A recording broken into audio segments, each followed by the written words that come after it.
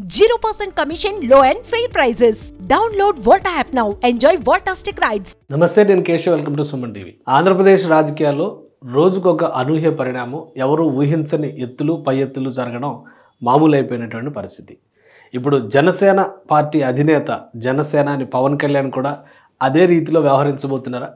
పదే పదే చంద్రబాబుతో భేటీ అయినా కానీ రెండో జాబితా ఎందుకు బయటకు రావడం లేదు? అలానే పవన్ కళ్యాణ్ ఎక్కడి నుంచి పోటీ చేస్తారనేటువంటి విషయం పైన స్పష్టత ఎందుకు ఇవ్వడం లేదు? దీని వెనక ఏదైనా వ్యూహం ఉందా? ఈ సందేహాలు ప్రతి సామాన్యుల్లోనూ మెదులుతున్నటువంటి పరిస్థితి. అయితే తాజాగా వస్తున్నటువంటి సమాచారాన్ని బట్టి చూస్తే జనసేన అధినేత పవన్ కళ్యాణ్ తన ఆలోచనని మార్చుకున్నారు. అలానే తన పరిధిని పెంచుకొని కొత్త రకం వ్యూహాన్ని అనుసరించబోతున్నారనేటువంటి చర్చ జనసేన పార్టీలోనే అంతర్గతంగా జరుగుతుంది. గతంలోనే సుమన్ టీవీ ఈ విషయానికి సంబంధించినటువంటి ఒక విశ్లేషణ చేసింది. మనం ఒక క్లియర్ అంశాన్ని కూడా వెలువరించాం. పవన్ కళ్యాణ్ 2 నియోజకవర్గాల్లో పోటీ చేయబోతున్నారనేటువంటి మాటను కూడా చెప్పాం. అయితే 2 అసెంబ్లీ స్థానాలు కాదు, ఒక అసెంబ్లీ స్థానం, మరొక పార్లమెంట్ స్థానంలో ఆయన బరిలో దిగబోతున్నారనేటువంటి సంకేతాలు ఉన్నట్టుగా అంతర్గతంగా దానిపైన అధ్యయనాలు కూడా జరుగుతున్నట్టుగా, క్షేత్రస్థాయిలో దానికి సంబంధించినటువంటి పరిశీలనలు జరుగుతున్నట్టుగా కూడా మనం విశ్లేషించాం. ఇప్పుడు మళ్ళీ అటువంటి చర్చే జనసేన పార్టీలో జరుగుతున్నటువంటి పరిస్థితి ఉంది. అందుకే జనసేన అధినేత పవన్ కళ్యాణ్ పోటీ చేయబోయేటువంటి స్థానం పైన క్లారిటీ ఇవ్వని వాతావరణం ఇంకా నెలకొని ఉంది అనేటువంటి అభిప్రాయం వెల్లడవుతుంది. ఎందుకు ఈ పరిస్థితి ఏర్పడుతుంది? ఒకవేళ పవన్ కళ్యాణ్ మనసులో ఎలాంటి వ్యూహం ఉంది? ఈ అంశాన్ని విశ్లేషించేటువంటి ప్రయత్నం చేద్దాం. గతంలోనే మనం చూసాం పవన్ కళ్యాణ్కి సంబంధించి సెకండ్ లిస్ట్, ముఖ్యంగా సెకండ్ లిస్ట్ రిలీజ్ చేయడానికి ఎటువంటి వ్యూహాలు అనుసరించబోతున్నారనే దానిపైన 3 ఉమ్మడి జిల్లాలు లేదా 3 లోక్సభ స్థానాల పరిధిలోనే రాజకీయం మొత్తం నడుస్తున్నటువంటి పరిధి ఉంది. పవన్ కళ్యాణ్ అంచనా ప్రకారం విశాఖ లోక్సభ స్థానం పరిధిలో ఉన్నటువంటి నియోజకవర్గాలు ఇవి.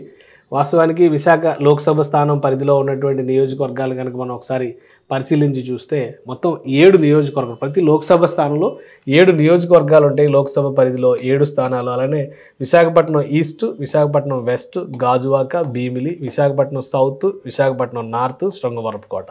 ఈ 7 నియోజకవర్గాలు విశాఖ లోక్సభ స్థానం పరిధిలోకి వచ్చేటువంటి నియోజకవర్గాలు. అలానే పదే పదే పవన్ కళ్యాణ్ చేసినటువంటి వారాహి యాత్రలో కూడా ఈ నియోజకవర్గాల పరిధిలోనే ఎక్కువ పర్యటనలు జరిగిన మాట కూడా వాస్తవం. అందుకనే ఉమ్మడి విశాఖ జిల్లాని ఆయన ప్రత్యేకంగా ఫోకస్ చేసినటువంటి పరిస్థితి ఉంది.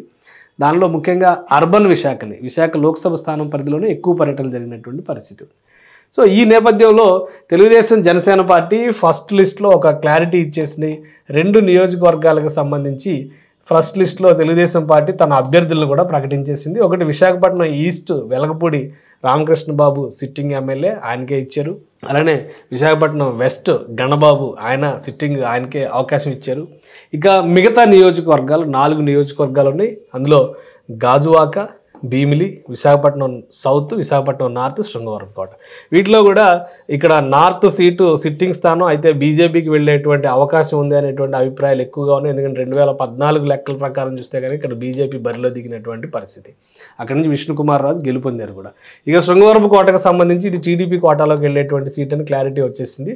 ఈ మిగిలిన 3 సీట్లలోనే జనసేన పార్టీ 3టికి 3 తీసుకుంటుందా లేదా 2టికి పరిమితం అవుతుందా అనేటువంటి చర్చ నడుస్తున్నటువంటి పరిస్థితి. ఆల్రెడీ భీమిల్లో గత ఎన్నికల్లో పంచకర్ల సందీప్ పోటీ చేశారు. జనసేన పార్టీ నుంచి మంచి ఓటు బ్యాంక్ దక్కించుకున్నటువంటి పరిస్థితి ఉంది. అలానే విశాఖ సౌత్ నుంచి వంశీకృష్ణ యాదవ్ని బరిలో దింపొచ్చు అనేటువంటి చర్చ జరుగుతుంది. ఈ నేపథ్యంలోనే మరొకసారి గాజువాక పైన ఎక్కువ డిస్కషన్ నడుస్తుంది. పవన్ కళ్యాణ్ మళ్ళీ ఇక్కడ నుంచి బరిలోకి దిగితే ఎలా ఉంటుంది అనేటువంటి ఆలోచన పార్టీలో అంతర్గతంగా నడుస్తున్నట్టుగా తెలుస్తుంది. అంటే 2 సీట్లలో భీమవరం గురించి ఎక్కువగా అనుకున్నారు అందరూ కూడా, భీమవరంలోనే బరిలో దిగుతారని. కానీ మళ్ళీ ఇప్పుడు గాజువాక చర్చ ఎక్కువగా జరుగుతున్నటువంటి పరిస్థితి ఉంది. ఎందుకు గాజువాక చర్చ నడుస్తుంది అనేటువంటి అంశాన్ని కూడా మనం ఇక్కడ విశ్లేషించాలి. సామాజిక వర్గం పరంగా కలిసి వచ్చేటువంటి అంశం కాబట్టి గాజువాకలో బరిలో దిగాల్సినటువంటి అవసరం ఉందనేటువంటి సంకేతాలు ఎక్కువ మంది చెప్తున్నటువంటి పరిస్థితి ఉంది. ఒకసారి అసలు ఈ నియోజకవర్గాల పరంగా ఇక్కడ ఉన్నటువంటి ఈక్వేషన్స్ కానీ, అలానే గతంలో వచ్చినటువంటి ఎన్నికల ఫలితాలను కానీ ఒకసారి విశ్లేషించేటువంటి ప్రయత్నం చేద్దాం. విశాఖ లోక్సభ సీటుకి సంబంధించినటువంటి నియోజకవర్గాలు, అలానే అక్కడ ఉన్నటువంటి పరిస్థితులు చూస్తే కనుక విశాఖ లోక్సభ సీటుని ఎక్కువ సార్లు ఇక్కడ బీజేపీ కేటగిరీలో గెలుచుకున్నటువంటి సీటుగా మనం దీన్ని చూస్తాము.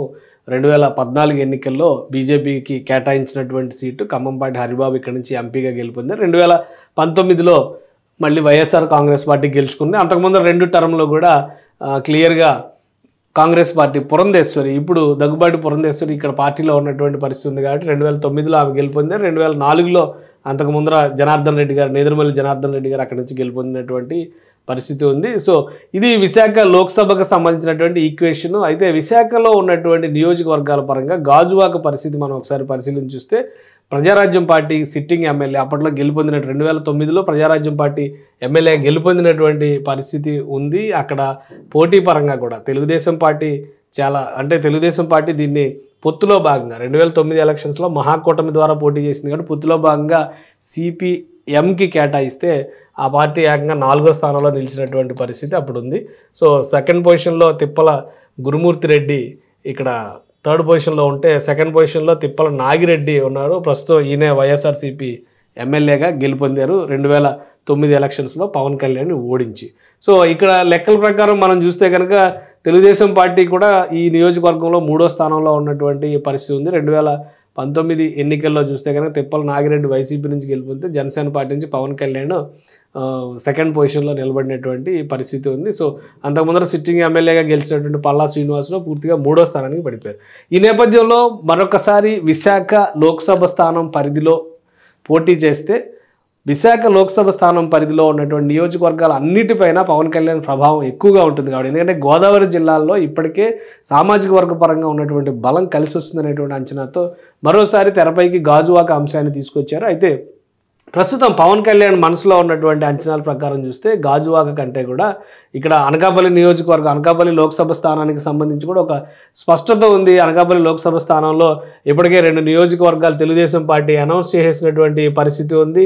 క్యాండిడేట్లను కూడా అనౌన్స్ చేసింది 2 నియోజకవర్గాల్లో. అలానే జనసేన పార్టీ కూడా ఒక నియోజకవర్గంలో అభ్యర్థిని అనౌన్స్ చేసినటువంటి పరిస్థితి. అనకాపల్లిలో కొనతాల రామకృష్ణ జనసేన నుంచి బరిలో దిగుతారు. అలానే పాయగ్రావపేట నుంచి అనిత క్లియర్ అయిపోయింది. నర్సీపట్నం నుంచి మళ్ళీ అయ్యన్న పాత్రుడు బరిలో దిగి ఈ 3 కూడా క్లియర్ అయిపోయినటువంటి నియోజకవర్గం. ఇక పెందుర్తి యలమంచిలి జనసేన పార్టీ అడుగుతున్నటువంటి నియోజకవర్గాలుగా ప్రచారం జరుగుతుంది. ఈ 2 నియోజకవర్గాల్లో ఆల్రెడీ అభ్యర్థులు కూడా ఉన్నారనేటువంటి ఇది ఉన్న నేపథ్యంలో అనకాపల్లిలో కొనతాల రామకృష్ణ అనౌన్స్ చేశారు కాబట్టి ఇక్కడి నుంచి నాగబాబు బరిలోకి దిగుతారు ఎంపీగా అనేటువంటి ప్రచారం ఎక్కువగా జరుగుతుంది. సో అందుకని అనకాపల్లిని మినహాయించి అనకాపల్లి లోక్సభ స్థానాన్ని మినహాయించి విశాఖ లేదా కాకినాడ స్థానం పరిధిలోనే పోటీ చేయాలనేటువంటి ఆలోచనతో పవన్ కళ్యాణ్ ఉన్నట్టుగా తెలుస్తుంది. అందుకనే మళ్ళీ గాజువాక ప్రస్తావన వచ్చింది. భీమవరం విషయంలో ఇప్పటికే కొంత క్లారిటీ వచ్చేసినట్టుగా పార్టీలో అంతర్గతంగా చర్చ జరుగుతుంది. ఒకవేళ కాకినాడ నుంచి బరిలో దిగితే పవన్ కళ్యాణ్ కలిసి వచ్చేటువంటి అంశాలు ఏంటి అవి కూడా ఒకసారి విశ్లేషించేటువంటి ప్రయత్నం చేద్దాం. ఇది కాకినాడ లోక్సభ స్థానం పరిధిలో ఉన్నటువంటి నియోజకవర్గాల్లో ఒక క్లియర్ కట్ పిక్చర్ వచ్చేసినటువంటి పరిస్థితి. ఎందుకంటే ఇక్కడ 4 నియోజకవర్గాలకి 2 పార్టీలు అభ్యర్థుల్ని అనౌన్స్ చేసినాయి. ఫస్ట్ లిస్ట్లోనే ఈ అనౌన్స్మెంట్ అనేది జరిగిపోయింది. 4 నియోజకవర్గాలకు సంబంధించినటువంటి అభ్యర్థుల్ని టీడీపీ క్లియర్గా తుని నుంచి యనమల దివ్యని ఇక్కడ అభ్యర్థిగా ప్రకటించింది. జగ్గంపేట నుంచి జ్యోతుల నెహ్రూని అభ్యర్థిగా ప్రకటించింది. పెద్దాపురం నుంచి నిమ్మకాయల చినరాజప్పని ఆయన సిట్టింగ్ ఎమ్మెల్యే అక్కడ ఇలా 3కి కూడా టికెట్లు టీడీపీ అనౌన్స్ చేసింది. వీళ్ళు అఫీషియల్ అభ్యర్థులు. ఇక కాకినాడ రూరల్ స్థానానికి సంబంధించినటువంటి చర్చ ఉంది. కాకినాడ రూరల్ స్థానానికి సంబంధించి కూడా అధికారికంగా జనసేన పార్టీ పంతం నానాజీకి టికెట్ అనౌన్స్ చేసింది. అంటే మొత్తం 7 స్థానాల్లో 4 స్థానాలకి అభ్యర్థుల్ని అనౌన్స్ చేసినటువంటి పరిస్థితి ఉంది. 3 స్థానాలు మాత్రమే పెండింగ్లో ఉన్నాయి. 3 స్థానాల్లో ప్రతిపాడు కాకినాడ అర్బన్ విషయంలో తెలుగుదేశం పార్టీనే ఎక్కువ ఈ అడ్వాంటేజ్ తీసుకునేటువంటి ఆలోచనలో ఉన్నటువంటి పరిస్థితి ఉంది. కాబట్టి ఈ 2 నియోజకవర్గాలు ప్రతిపాడు సాధారణంగా ప్రతిపాడు కూడా కొంత కాపులకి పట్టున్నటువంటి నియోజకవర్గం. గతంలో ముద్రగడ పద్మనాభం రిప్రజెంట్ చేసినటువంటి నియోజకవర్గం అది. ఈ నేపథ్యంలో ఇక్కడ పిఠాపురం పైన ఎక్కువ చర్చ నడుస్తుంది. పిఠాపురం బరిలో ఉదయ్ శ్రీనివాస్కి టికెట్ ఇస్తారని ప్రచారం జరిగింది. లేదా పవన్ కళ్యాణ్ బరిలో దిగుతారు.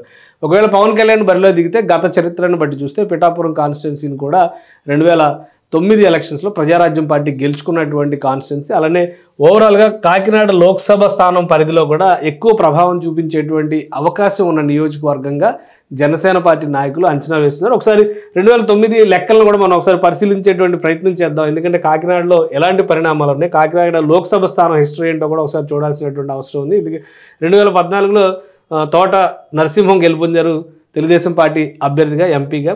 తర్వాత వంగ గీత 2009 ఎలక్షన్స్లో పిఠాపురం నుంచి ఎమ్మెల్యేగా ప్రజారాజ్యం పార్టీ నుంచి గెలుపొందినటువంటి అభ్యర్థి. అందుకని ఈసారి ఆమెనే వైఎస్ఆర్సీపీ పిఠాపురం బరిలో నిలపాలనేటువంటి ఆలోచన చేస్తుంది. అయితే ఒకసారి 2009, 2019 ఎలక్షన్స్ సందర్భంలో పిఠాపురం లోక్సభ స్థానం పరిధిలో కాకినాడ లోక్సభ స్థానం పరిధిలో ఫలితాలు ఎలా ఉన్నాయో ఒకసారి మనం పరిశీలించేటువంటి ప్రయత్నం చేద్దాం. ఇది 2009లో వచ్చినటువంటి ఫలితాలు. ఇక్కడ నుంచి పల్లవరాజు గెలుపొందారు. తర్వాత ఆయన కేంద్ర మంత్రిగా అయినటువంటి నాయకుడు.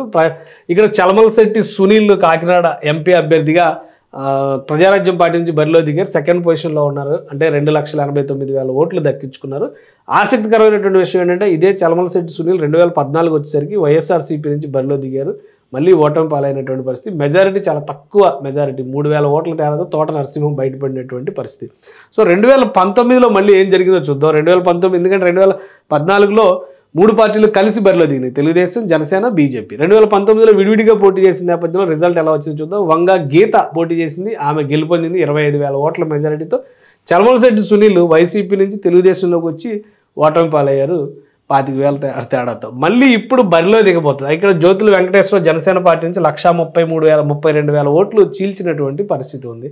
బీజేపీ కూడా ఇక్కడ బరిలో దిగింది కానీ 9,000 చిల్లర ఓట్లు మాత్రమే వచ్చినటువంటి పరిస్థితి. ఇప్పుడు ఇదే చలమలశెట్టి సునీల్ వైఎస్ఆర్సీపీ అభ్యర్థిగా కాకినాడ లోక్సభ స్థానానికి బరిలో నిలవబోతున్నారు 2024 అభ్యర్థిగా. సో పిఠాపురం ఈక్వేషన్ కనుక మనం ఒకసారి చూస్తే, పిఠాపురంలో ఉన్నటువంటి హిస్టరీని, ట్రాక్ రికార్డుని చూస్తే కనుక పిఠాపురం అభ్యర్థిగా పవన్ కళ్యాణ్ నిలబడితే ఖచ్చితంగా ఈ రాష్ట్రం అంటే మొత్తం ఈ లోక్సభ స్థానం పరిధిలో ఎఫెక్ట్ చూపించేటువంటి అవకాశం ఉంటుంది అనేటువంటి ఆలోచన చేస్తున్నారు. కానీ ఆ ఈక్వేషన్ చూస్తే 2004లో బీజేపీ అంటే కూటమిలో భాగంగా తెలుగుదేశం బీజేపీ కూటమిలో భాగంగా బీజేపీకి ఇచ్చినటువంటి సీట్ ఇది. పెండెం దొరబాబు గెలిచారు. 2009లో ప్రజారాజ్యం పార్టీ గెలుచుకుంది, వంగా గీత గెలిచారు.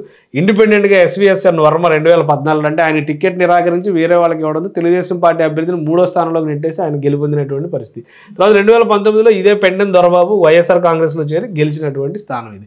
సో ఈ లెక్కలన్నీ చూసుకునేటువంటి క్రమంలో 2019లో జనసేన పార్టీ విడిగా పోటీ చేసింది కాబట్టి ఇక్కడ నుంచి శేషకుమారి 28,000 ఓట్లు దక్కించుకున్నారు. 15% ఓటు బ్యాంక్ ఉంది. సామాజిక వర్గ పరంగా కలిసి వచ్చేటువంటి అంశాలు ప్లస్ లోక్సభ స్థానం పరిధిలో కూడా పవన్ కళ్యాణ్ కనుక ఇక్కడ నుంచి బరిలోకి దిగితే కాకినాడ పార్లమెంట్ స్థానాన్ని కూడా గెలవచ్చు అనేటువంటి సంకేతాలు చాలా స్పష్టంగా ఉన్నాయి. ఎందుకంటే ఇప్పటికే కాకినాడ పార్లమెంటు 3 పార్లమెంట్ స్థానాలు జనసేన పార్టీ తీసుకోబోతుంది కాబట్టి అందులో ఒకటి అనకాపల్లి అయితే రెండవది కాకినాడ అవుతుంది అనేటువంటి మాట చాలా క్లియర్గా జనసేన పార్టీ శ్రేణులు చెప్తున్నాయి, తెలుగుదేశం పార్టీ నాయకులు కూడా ఒప్పుకుంటున్నారు. కాకినాడ, మూడోది మచిలీపట్నం. కాబట్టి మచిలీపట్నంకి ఆల్రెడీ బాలశౌరి అక్కడ ఎంపీగా సిట్టింగ్ ఎంపీగా వైఎస్ఆర్సీపీ నుంచి వచ్చినటువంటి వ్యక్తి కాబట్టి ఆయనకి అవకాశం ఇస్తారు. ఈ 2 సీట్లకు సంబంధించి మాత్రం ఎవరు అభ్యర్థులు అనే దాని మీద చర్చ జరుగుతుంది. ఇక్కడ అనకాపల్లిని నాగబాబు అనుకుంటే కనుక ఇప్పుడు తాజాగా వేస్తున్నటువంటి అంచనాల ప్రకారం చూస్తే ఇక్కడ నుంచి కాకినాడ లోక్సభ స్థానం నుంచి ఉదయ్ శ్రీనివాస్ని బరిలో దింపాలా లేదా పవన్ కళ్యాణే బరిలో దిగాలా అనేటువంటి చర్చ నడుస్తుంది.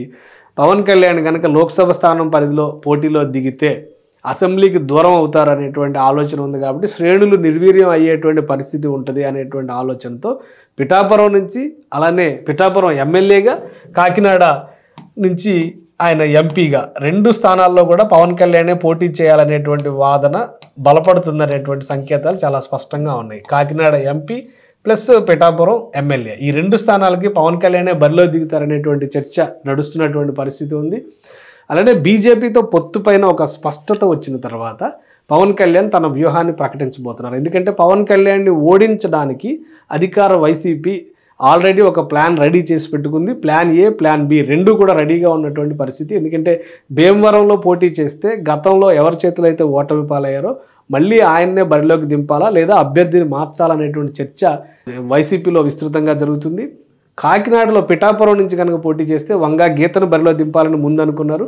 కానీ దీనికి కౌంటర్గా ముద్రగడ పద్మనాభం ఫ్యామిలీ కనుక వైసీపీలో చేరితే వారి కుటుంబం నుంచి కానీ లేదా నేరుగా ముద్రగడ పద్మనాభాన్ని బరిలో దింపాలనేటువంటి ఆలోచన వైసీపీ చేస్తున్నటువంటి పరిస్థితి ఉంది. ఈ నేపథ్యంలోనే తన వ్యూహాన్ని బయటికి రానివ్వకుండా పవన్ కళ్యాణ్ 2 విధాల చర్చలు జరుపుతున్నటువంటి పరిస్థితి, చంద్రబాబు నాయుడుతో భేటీలు జరుపుతున్నటువంటి పరిస్థితి, 2 స్థానాల్లో పోటీ చేస్తే వచ్చేటువంటి పర్యవసానాలపైన చర్చ జరుపుతున్నటువంటి పరిస్థితి.